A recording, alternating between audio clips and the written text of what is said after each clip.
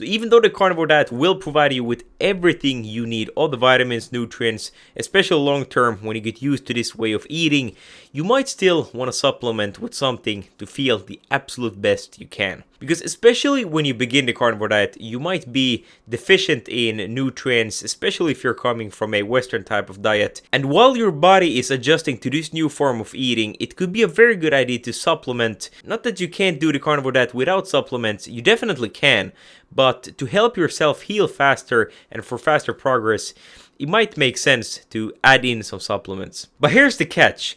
If you need to supplement in your diet to get all the nutrients you need, then maybe your diet isn't really cutting it. And that is also the reason why the vegan diet is completely rubbish in terms of optimizing your health. Because on a vegan diet, you have to supplement to get all your nutrients and vitamins.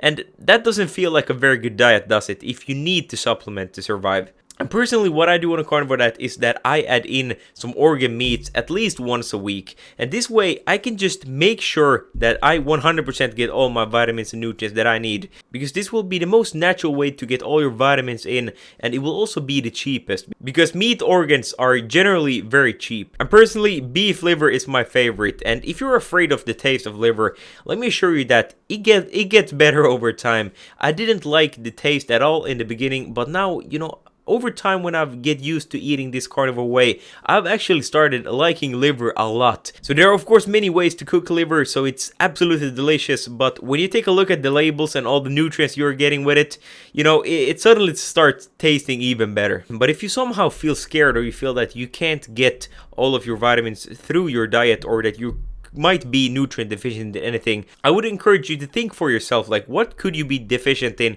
Go and take some blood tests. And if your body, for example, isn't absorbing some type of nutrient very well, 100% supplement with that.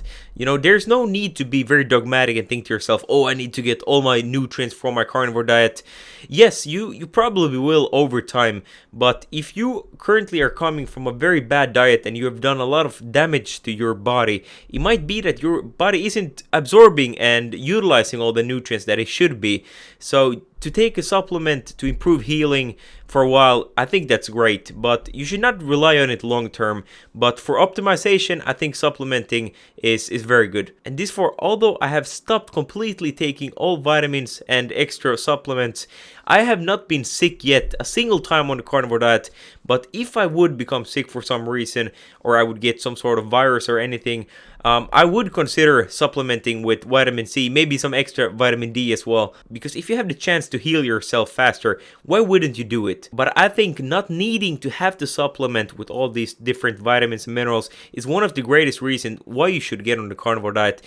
Because I remember before carnivore, I was on a carb heavy diet and I was spending around $40 a month on supplements, just to keep going, and I wasn't feeling good. Because despite all those pills, my health was absolutely suffering before carnivore.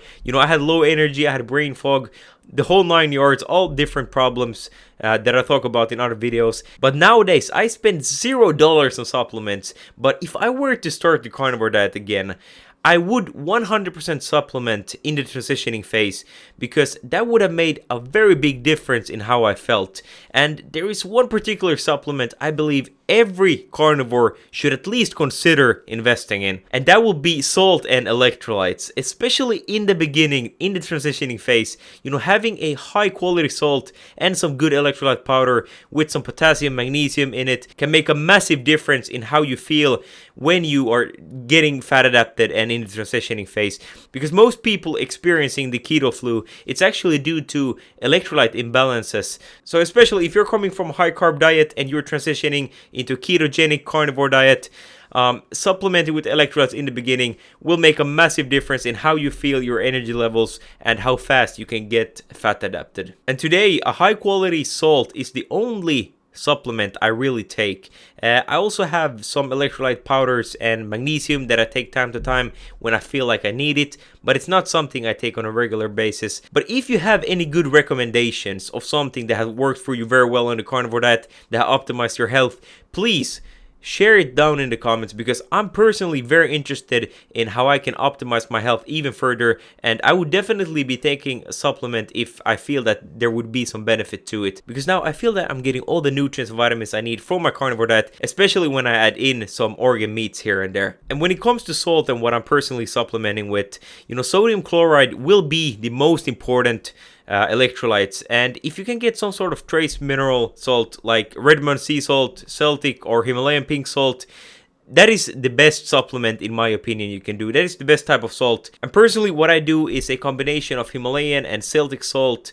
I think that works very good for me, and that's something I can get my hands on. But there is another supplement which I will be taking in the winter season, and that is vitamin D. Vitamin D, as you probably know, is so important, so critical for all your functions. Primarily get it from the sun. You can also get it from fatty fish. But here in Finland, where I live, where it's a long, dark winter, about 8 months of the year, I will definitely not get enough sunlight. So supplementing for me with vitamin D, which is very common here, it's, I think, a very good idea. So the best thing for you to do is really to analyze your situation.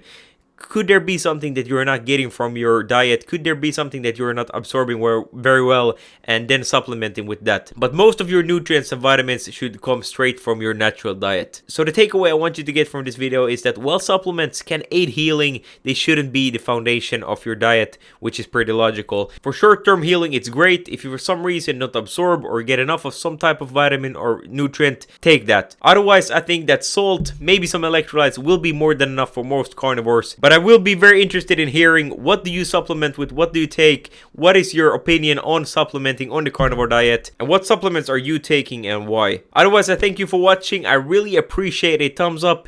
If you want to keep on learning, I think you will enjoy this video next. Otherwise, eat meat, take care, and have a great rest of your day. Goodbye.